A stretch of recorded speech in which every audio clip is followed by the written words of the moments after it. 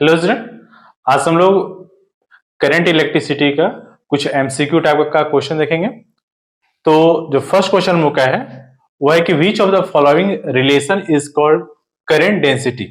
Current एक relation आपके पास दिया हुआ है तक, उसमें बताना है कि करंट डेंसिटी का इसमें से फॉर्मूला कौन सा होगा। I by a square, a by I, I by a, I square by. Current density का इसमें आपको क्या करना है, आपको फॉर्मूला बताना है कि इसमें से कौन सा सही है। सेकंड क्वेश्चन हम क्या रहा है कि बैटरी ऑफ ईएमएफ, बैटरी का ईएमएफ दिया हुआ है 10 वोल्ट दिया हुआ है और उसका इंटरनल रेसिस्टेंस मैंने स्मॉल आर दिया हुआ है 3 ओम और उसको कनेक्ट किया गया रेसिस्टर से। तो पूछा गया current in the circuit, current दे दिया है 0.5 ओम एम्पियर। तो पूछा गया कि इसमें की रेसिस्टेंस जो है वो क्या होगा, मैं कैपिटल आर का मान निकालना है। और थर्ड क्वेश्चन है कि 1 kilowatt hour is equal to 1 kilowatt hour जो है वो कितना, किसके बराबर होगा। वो आपको तीन, आपको चार ऑप्शन दिया हुआ, किसके बराबर वो बताना है। तो जो फर्स्ट क्वेश्चन आपका इसमें है कि करंट डेंसिटी, आप लोग इसमें पढ़े होंगे, इसका डिफरेंशियल में करंट डेंसिटी क्या होता है, वो आपका जो है सो J इक्वल टू क्या होता है, आई बाय ए। पढ़े होंगे इसमें करंट डेंसिटी इक्वल टू क्या होता है, J equal to I by A. Current by cross sectional area के बराबर होता है। तो आपका देखिए आई बाय ए कहां पर आपका ऐसे ही हो जाएगा करंट डेंसिटी का। सेकंड क्वेश्चन में आपका जो है यहाँ पर इलेक्ट्रिक जो आपका सेल का क्वेश्चन दिया हुआ है। तो इसमें आपको निकालना है कि आई का फॉर्मूला से बताइए क्या होगा। तो आई बराबर क्या हो जाएगा आपका, आई बराबर हो जाएगा E by R plus R हो जाएगा, इसका फॉर्मूला हो जाएगा। और देखिए ईएमएफ का वैल्यू कितना दिया हुआ आपका, ईएमएफ 10 वोल्ट दिया हुआ है। तो यहाँ पर आपको निकालना क्या है इसमें, what is the resistance, R का मान निकालना है। तो यहाँ क्या ऊपर 10 हो जाएगा और बाय में R plus R, A R हमको निकालना है। और स्मॉल आर कितना दिया हुआ है, ये आपका 3 दिया हुआ है, स्मॉल आर 3 दिया हुआ है। और करंट जो दिया 0.5 दिया हुआ है, ये आपका 0.5 है। तो ये मल्टीपल हो जाएगा आपका। तो r प्लस 3 बराबर क्या हो जाएगा, 10 बाय आई हो जाएगा। और आई कितना दिया हुआ है 0.5 है, ये ऊपर चला जाएगा 100 बाय 5 हो जाएगा। ये कितना होगा 20 हो जाएगा r का मान। तो r प्लस 3 बराबर 20, तो r का मान क्या हो जाएगा आपका, तो r का मान हो जाएगा 20 माइनस 3 इक्वल कितना हो जाएगा 17। तो जो कैपिटल आर जो होगा वो कितना होगा आपका, कैपिटल आर जो होगा वो आपका 17 ओम के बराबर आ जाएगा। तो फॉर्मूला लिखेंगे आई बराबर क्या है, E by R plus R के बराबर, ये फॉर्मूला हो जाएगा आपका। और थर्ड क्वेश्चन जो आपका है 1 kilowatt hour is equal to 1 kilowatt hour, मतलब क्या बोलेंगे इसको, 1 के डब्ल्यू एच, ये होता है किलोवाट आवर होता है। अब देखिए किलोवाट आवर कितना हो गया, 1000 वाट हो गया आपका किलोवाट आवर में। और आवर में कितना होगा आपका 3600 सेकेंड हो गया आपका। तो देख कितना हो जाएगा 36 इंटू 3 और 2 5, 10 के पावर 5 किसके बराबर, जूल के बराबर। तो 36 इंटू 10 के पावर 5 जूल के बराबर, ये आपका हो जाएगा। कभी कभी क्या होगा आपका 3.6 कर देगा, अगर ऑप्शन ए तो ठीक है। कभी कभी अगर 3.6 हो जाता है तो 3.6 कर हो जाएगा, तो वैल्यू कितना होगा 10 के पावर या क्या होगा 6 जूल हो जाएगा। तो याद रखिएगा ऑप्शन किस तरह का दिया हुआ है, अगर 10 के पावर 5 में दिया है तो 36.10 के पावर 5 होगा। और अगर 3.6 दिया हो तो 3.6 10 के पावर 6 जूल के बराबर होता है। तो ये आपका जो है 1 kWh का वैल्यू जो है सो इस फॉर्मूला से आप इसको निकाल सकते हैं। ये फॉर्मूला आपका जो है I equal to E by R plus r होता है। और ये आपका current density J equal to I by. तो यहाँ पर एक दो और फॉर्मूला आपके पास है, करंट डेंसिटी है, कंडक्टेंस है, रेसिस्टिविटी, उस पर भी ऐसे न्यूमेरिकल्स आपका आता है फॉर्मूला के बेस्ड क्वेश्चन में। चलिए तो इसको कीजिए, फिर क्वेश्चन और देते हैं इसमें।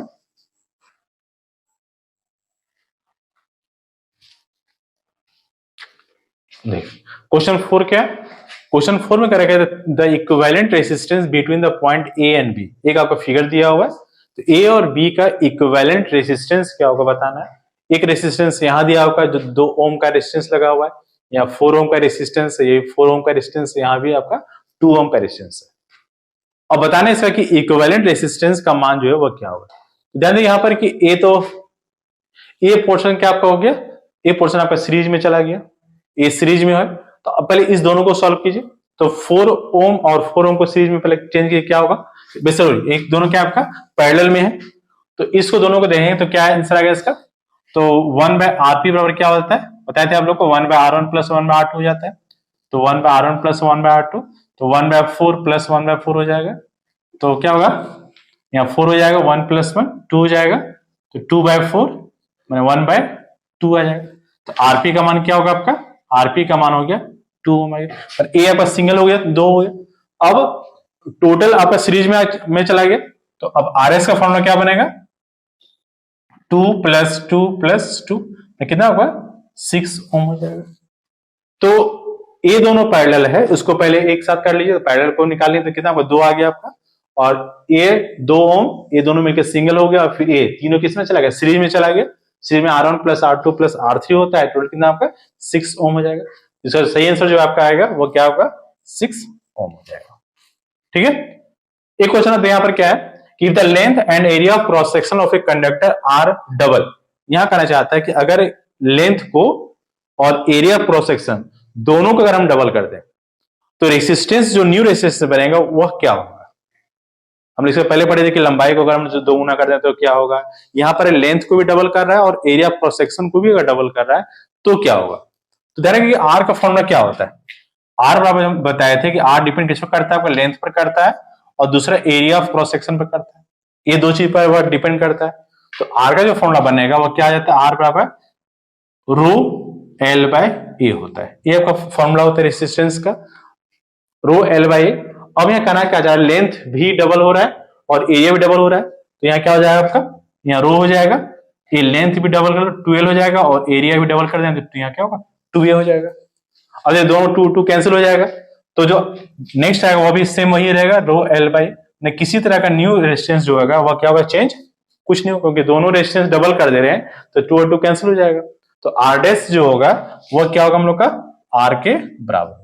अगर दोनों चेंज कर रहा है, एरिया भी चेंज कर जा रहा है और लेंथ भी अगर चेंज कर रहा है, दोनों सेम कर रहा है, तो वह न्यू रेजिस्टेंस जो होगा वह क्या अनचेंज्ड कहलाएगा। तो वैल्यूज का क्या होगा अनचेंज, ना हाफ डबल ट्रिपल जो होगा वह कुछ चेंज नहीं होगा, उसका रेजिस्टेंस जो है पहले वाले रेजिस्टेंस का सेम टू सेम वही रह जाएगा।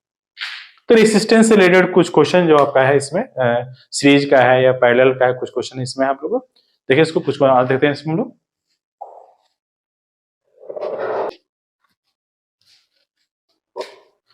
क्वेश्चन नंबर 6 क्या बोल रहा है हम लोग का, क्वेश्चन नंबर 6 कह रहा है कि fuse wire is a wire of, अगर हम जो फ्यूज वायर यूज करते हैं उसकी जो उसमें जो वायर है उसकी क्या विशेषता होती है, वही पूछना चाह रहा है आपका। जो वायर है उसका रेजिस्टेंस लो होगा या मेल्टिंग पॉइंट लो होगा, मतलब दोनों, रेजिस्टेंस लो होना चाहिए और उसका मेल्टिंग पॉइंट लो होना चाहिए, या हाई रेजिस्टेंस होना चाहिए लो मेल्टिंग पॉइंट होना चाहिए, या low resistance high melting point, या फिर हाई रेजिस्टेंस और हाई मेल्टिंग पॉइंट, मतलब दोनों हाई होगा या दोनों लो या एक लो एक हाई, आपको बताना है रेजिस्टेंस के टर्म में और मेल्टिंग पॉइंट के टर्म में। तो आपको पता होना चाहिए कि बिजली जो फ्यूज वायर का जो होता है, जो वायर का रेजिस्टेंस होना चाहिए वह जितना जल्दी हुआ उसका मेल्टिंग पॉइंट जितना कम से कम हो वो उतना ही अच्छा होता है। तो उसका मेल्टिंग पॉइंट लो होगा, क्लियर है, और रेजिस्टेंस उसका हाई होना चाहिए, तो क्या होगा आपका हाई रेजिस्टेंस होना चाहिए और लो उसका मेल्टिंग पॉइंट होना चाहिए, क्योंकि ज्यादा मेल्टिंग पॉइंट होगा तो क्या होगा फिर आपका जो है सो फ्यूज मतलब काम ही नहीं करेगा, आपका वह ब्रेक डाउन नहीं हो पाएगा, गलेगा नहीं, तो फिर आगे आपका डिफेक्टिव बेकार हो जाएगा। तो क्या रहना कि फ्यूज वायर जो होगा उसका मेल्टिंग पॉइंट हमेशा लो होता है, उस वायर का रेजिस्टेंस जो है वो क्या होगा आपका हाई होता है। नेक्स्ट है specific resistance of a conductor increases, specific resistance मतलब एक तरह से रेसिस्टिविटी, रेसिस्टिविटी को हम लोग स्पेसिफिक रेजिस्टेंस भी कहते हैं, वह बढ़ेगा, इंक्रीज करेगा कब, इंक्रीज इन एरिया, पहला इंक्रीज इन टेम्परेचर करने से, एरिया पर करने से, या लेंथ के घटने से, या लेंथ के बढ़ने से, किस कंडीशन में स्पेसिफिक रेजिस्टेंस का मान जो है बढ़ेगा वो आपको बताना है। एक क्वेश्चन आपका है, और एक क्वेश्चन इसी पर एक और क्वेश्चन आपका है कि if a wire of resistivity, मतलब ये आप स्पेसिफिक रेजिस्टेंस की बात कर रहे हैं कि is stress is double its length, अगर कहना चाहिए अगर उसकी लंबाई, किसी तार की लंबाई को हम डबल कर दें तो उसका रेसिस्टिविटी जो न्यू रेसिस्टिविटी होगा वह क्या होगा, आधा हो जाएगा, 4 गुना हो जाएगा, डबल हो जाएगा, या किसी तरह का कोई चेंजेस नहीं होगा। ये दोनों क्वेश्चन आपका रेसिस्टिविटी का बहुत इंपॉर्टेंट क्वेश्चन है, तो थोड़ा सा माइंड में कीजिएगा कि स्पेसिफिक रेसिस्टेंस इसमें जो आपका होगा 7th क्वेश्चन में कि specific resistance of conductor increase किस कंडीशन में होगा, सिर्फ आपका जो कंडीशन होगा इंक्रीज इन टेम्परेचर पर, टेम्परेचर को इंक्रीज करने से स्पेसिफिक रेजिस्टेंस है वह बढ़ेगा। इसके अलावा एरिया लेंथ पर कोई फायदा नहीं होगा इसमें करने से, ना लेंथ डिक्रीज की इंक्रीज, एस्पिरेशन में कोई चेंजेस नहीं। अगर आप पढ़े होंगे कि एस्पिरेशन किस किस फैक्टर पर डिपेंड करता है, तो देखे होंगे कि उसके जो है सो लेंथ एरिया पर वो डिपेंड नहीं करता है। बेसिकली स्पेसिफिक रेजिस्टेंस जो है वो सिर्फ उसके मेटेरियल के प्रॉपर्टी पर डिपेंड करता है, उसके बेसिकली शेप और साइज पर डिपेंड वो नहीं करता है। एक चीज इसी पर अगर वो अगर क्लियर होगा कॉन्सेप्ट, तो इस क्वेश्चन आपका बन जाएगा। या अगर लेंथ को डबल कर दें, ध्यान क्वेश्चन क्या बोले, लेंथ को डबल कर दें, अब लेंथ को डबल कीजिए या आधा कीजिए, इससे कोई मतलब नहीं, क्योंकि रेस्ट्रिक्टिव जो होता है बेसिकली रेस्ट्रिक्टिव वह चेंज नहीं करता। लेंथ को आधा करें या पूरा, उससे कोई मतलब नहीं है। मतलब करने मतलब क्या हुआ, इसमें कोई चेंजेस नहीं होगा। लेंथ को बढ़ाएंगे या घटाएंगे, एग्जाम में कंफ्यूजन करने के लिए हमेशा इस टाइप का क्वेश्चन दे देता है कि ये बढ़ा रहे तो क्या होगा, घटाने पर इस पर डिपेंड ही नहीं है। रेजिस्टेंस में हो सकता है, रेजिस्टेंस में तो हम तो बताएंगे कि लेंथ डबल करने पर क्या होगा, लेकिन रेसिस्टिविटी के कंडीशन में ये आपका डिपेंड नहीं करता है। इसलिए आपका जो है अगर हम लंबाई को अगर 2 गुना कर दें या 4 गुना कर दें या 10 गुना कर दें, इसमें आपका जो है सो उसके रेसिस्टिविटी में किसी तरह का कोई चेंजेस नहीं होता है। अब बेसिकली आप मटेरियल कैसा है, कॉपर वायर है, आयरन का वायर है, एल्यूमिनियम का, उस पर वो डिपेंड कर सकता है, लेकिन उसके आपका उसके लेंथ पर और एरिया पर डिपेंड वह नहीं करता। एक चीज आपको थोड़ा सा रेसिस्टिविटी के टर्म पर डिपेंड करता है। क्लियर है? चलिए सुनिए फिर क्वेश्चन लेते हैं।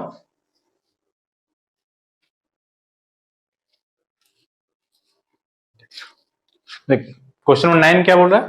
क्वेश्चन 9 क्या है, किरचॉफ्स फर्स्ट लॉ और कंजर्वेशन ऑफ, जो फर्स्ट लॉ जो है किसके कंजर्वेशन पर काम कर रहा है, आपका एनर्जी, चार्ज, पावर या मास। तो बेसिकली किरचॉफ्स लॉ हम लोग को 2 लॉ पढ़ना है, फर्स्ट और सेकंड लॉ पढ़ना है। तो फर्स्ट लॉ और सेकंड लॉ थोड़ा सा इसमें जान लीजिएगा, फर्स्ट लॉ को हम लोग क्या कहते हैं और सेकंड लॉ को क्या कहते हैं। तो जो फर्स्ट लॉ जो होता है, किरचॉफ्स का जो फर्स्ट लॉ है वह क्या कहलाता है, पहले आपका क्या है, वह जंक्शन लॉ कहलाता है, वह जो है जंक्शन लॉ कहलाता है। और यह जो ये क्या कहता है, कंजर्वेशन ऑफ किस पर काम करता है, ये कंजर्वेशन ऑफ चार्ज पर काम करता है। फर्स्ट लॉ जो है वह जंक्शन लॉ, 2-3 दिन नाम इस बात करना है कि किरचॉफ्स फर्स्ट लॉ को हम लोग क्या कहते हैं, जंक्शन लॉ कहा जाता है, और एक कंजर्वेशन ऑफ चार्ज पर काम करता है। और जो सेकंड लॉ जो होता है, इसमें सेकंड लॉ साथ में साथ कर लीजिएगा, सेकंड लॉ जो होता है इसको हम लोग क्या कहते हैं, आपको लूप लॉ कहा जाता है, इसको लूप लॉ कहते हैं, और एक कंजर्वेशन ऑफ एनर्जी पर। तो दोनों याद रखिएगा, एक साथ याद रखिएगा, जो फर्स्ट लॉ जो है वो कंजर्वेशन ऑफ चार्ज पर है और सेकंड लॉ जो है वो कंजर्वेशन ऑफ एनर्जी पर। तो लोग को फर्स्ट लॉ पूछा था, तो ये किस पर काम करेगा, आपका ये जो आपका जो है टोटल जो है वो कंजर्वेशन ऑफ चार्ज पर काम करेगा। और क्वेश्चन 10 जो बोल रहा है इसमें कि current flowing through a lamp mark as 50 watt और 250 वोल्ट मार्क किया हुआ है, तो करंट कितना होगा। तो बेसिकली क्या होगा, करंट बराबर क्या होगा, इसमें आई बराबर क्या होगा, P बाय V हो जाएगा। पावर बराबर V इंटू आई होता है, तो आई बराबर क्या होगा, P बाय V हो जाएगा। पावर कितना दिया हुआ है, 50 वाट दिया पावर, और आपका जो वोल्ट दिया हुआ है 250 वोल्ट हो गया, ये आपका हो जाएगा। तो 1/5 हो जाएगा, 1/5 को डिवाइड करें तो 0.2 एम्पियर हो जाएगा। ये कितना जाएगा आपका 0.2 एम्पियर। क्लियर है? तो ये आपका जो है सो अगर करंट पूछ रहा है, अगर हम लोग का पावर दिया हुआ और वोल्ट में दिया हुआ 250 वोल्ट दिया हुआ, जिसका करंट कितना होगा आपका 0.2 एम्पियर। तो ये आपका जो है सो बेसिकली किरचॉफ्स लॉ 2023 में क्वेश्चन आया हुआ है, इसलिए क्वेश्चन तो नहीं है, लेकिन एमसीक्यू यहां से क्वेश्चन आ सकते हैं। एमसीक्यू क्वेश्चन आपका फर्स्ट लॉ और सेकंड लॉ दोनों का एमसीक्यू में धारण है कि किरचॉफ्स फर्स्ट लॉ जो आपका है क्या, जंक्शन लॉ है, करंट का फॉर्मूला क्या होता है वो याद रखना है कि टोटल करंट जो होता है वो आपका क्या होता है, 0 होता है। इसमें क्या होता है, आपका लूप लॉ कहलाता है, कंजर्वेशन ऑफ एनर्जी पर काम करता है। किरचॉफ्स लॉ का एमसीक्यू का क्वेश्चन हमेशा आता है, तो ये भी क्वेश्चन याद रखिए कि किरचॉफ्स लॉ जो है का क्वेश्चन जो है वो लॉन्ग में तो बेसिकली नहीं आएगा, ये तो फिक्स है कि 2023 में आया हुआ क्वेश्चन है तो नहीं आएगा, लेकिन एमसीक्यू में क्वेश्चन यहाँ से आपका मिल सकता है। तो किरचॉफ्स लॉ आपको कंफर्म कर लीजिएगा जरूर से, फिर से एक बार जो आया हुआ फिर भी इसका क्वेश्चन को करना ही पड़ेगा। तो नेक्स्ट हम लोग देखेंगे इस वीडियो में हम लोग मैग्नेटिक इफेक्ट ऑफ करंट के बारे में देखेंगे। उसमें क्वेश्चन किस तरह का है, आपका एमसीक्यू का बना हुआ है, या बेसिकली जितना क्वेश्चन है प्रीवियस ईयर का क्वेश्चन जो आया हुआ उसी बेस पर क्वेश्चन बनाया जा रहा है। ठीक है, थैंक यू।